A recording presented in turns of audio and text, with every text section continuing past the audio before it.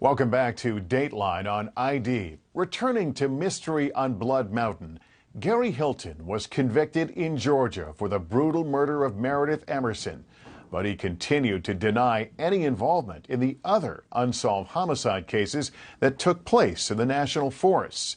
One was the murder of a nurse named Cheryl Dunlap. Florida investigators were certain Gary Hilton was their prime suspect. Hilton dared Florida authorities to spend the time and money to come after him. And guess what? They did. Here again is Dennis Murphy. Suspected serial killer Gary Hilton had already pleaded guilty to the murder of Meredith Emerson in the Georgia mountains. But he cheated the executioner there with a plea deal that led police to his victim's body. To the south, authorities in Florida were convinced he had murdered nurse and mother Cheryl Dunlap, whose partial remains had been recovered 2 weeks before Meredith Emerson went missing. Hilton was defying the authorities in Florida to make the charges stick. If they want to spend $1 million, $2 million to convict me, and then another $2 million to get death, hey, they can do it. Leon County, Florida State's Attorney Willie Meggs had heard enough and indicted Hilton for the murder of Cheryl Dunlap. Willie, he's gone away for life. He's going to be leaving Georgia Corrections in a pine box. Why does Florida even need to go to the expense of a capital murder trial? My belief is this is an evil, bad person, and there ought to be a consequence in life to evil acts. I don't think murders ought to be cheaper the more you do.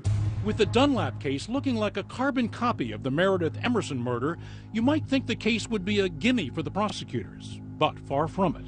They would not be allowed to introduce Hilton's conviction in the Emerson murder, despite its similarity to Cheryl's, nor his connection with that horror movie, Deadly Run, or the fact that he was the prime suspect in the murders of 2 elderly hikers in North Carolina. Florida Department of Law Enforcement Special Agent Annie White was part of the team charged with making the case. Months earlier, the cops had developed a partial chronology for Cheryl Dunlap on the Saturday she vanished. We started receiving calls, people saying, you know, we saw her at Walmart, we saw her here. And so we started backtracking those, just trying to get the timeline.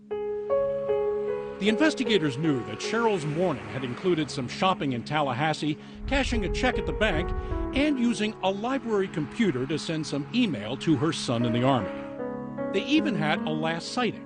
Witnesses identified Cheryl as the woman peacefully reading a book here at a popular spot called Leon Sinks in the National Forest. The couple that I interviewed that saw her there at the sinkholes was very adamant that that was her. But the trail had gone cold at the Tallahassee ATM, where a disguised man had withdrawn money using Dunlap's bank cards. A month after Cheryl went missing, the Be on the Lookout for Gary Hilton during the Meredith Emerson investigation had the phones in Florida lighting up again. When he started hitting the news media, our citizens here started seeing him and immediately recognized him. And started calling. And that tip line kept ringing. One caller remembered an odd guy with a handsome red dog. That sighting led investigators down another national forest path and to another discovery. More remains. He was positive it was Mr. Hilton, described the dog, the van, and so that was one of the camps where the bones were found. Deep in the national forest, 5 miles from where Cheryl Dunlap's torso had been found, investigators came upon a charred piece of skull and the bony fragments of a human hand in the ashes of a campfire. They were badly burned. A little camp fire pit kind of thing? Yes, sir, and he had actually done a pretty good job of covering it up as well. He had covered it with straw and took measures to hide his tracks.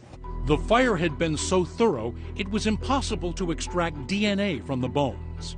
Whoever killed Cheryl Dunlap had gone to extraordinary lengths to eliminate any physical evidence. There was one thing about tracking the odd guy with the red dog that they had going for them. State's Assistant Prosecutor Georgia Kappelman. Fortunately for the investigation, if somebody saw Gary Michael Hilton, they remembered him. He's got that kind of a face or presence that you don't forget. Once we had the description, we had tons of witnesses coming forward. And investigators had those home videos of Hilton to screen as well. Last time it was Swanee that was out here. I don't think Swanee was here unless they followed you. No. Watching the videos was very educational because I saw him by himself. I saw him with other people. People like this restaurant manager suffering a rant from Hilton about his delivery drivers. You tell these guys to quit terror driving. Has he received any driving safety education? Sure he has. I saw him with law enforcement. He had many different sides. I'm leaving. I'm getting out of here. God almighty. And he thought he was the smartest bear in the woods. Definitely. Smarter than the officers apprehending him. Definitely. Definitely. They now had numerous Hilton sightings around where Cheryl Dunlap vanished. But despite all the investigative work by multiple sheriff's offices and the FDLE, no witness came forward to put him together with Cheryl Dunlap. The nurse's remains were in such poor condition they told investigators nothing about how she died. But there were thousands of other pieces in the puzzle investigators were trying to solve. Hilton's van, jammed to the roof with hundreds of items, was trucked to the Florida Department of Law Enforcement Crime Lab. Our crime scene analyst spent day and night, literally, weeks. That van was a mess, right? She lived in that van for weeks. She dismantled that van. All that evidence from the van was added to items recovered from the dumpster outside Atlanta where Hilton had been captured. A Georgia cop on Blood Mountain with a metal detector had found the bayonet Meredith Emerson had wrestled away from Gary Hilton. Now, investigators in Florida had a theory. What was interesting about that knife is before we knew of Mr. Hilton, before he had killed Miss Emerson and been caught, our analyst in our lab showed us this is the style, this is what the knife's going to look like. Cameras and memory cards were found inside the van. The techie detectives in the FDLE computer lab were working overtime trying to unscramble deleted material from the evidence.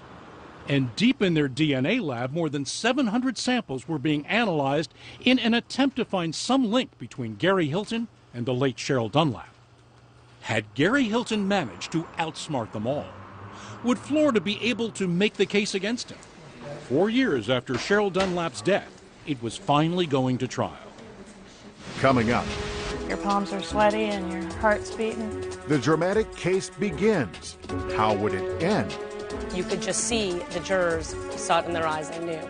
When Mystery on Blood Mountain continues.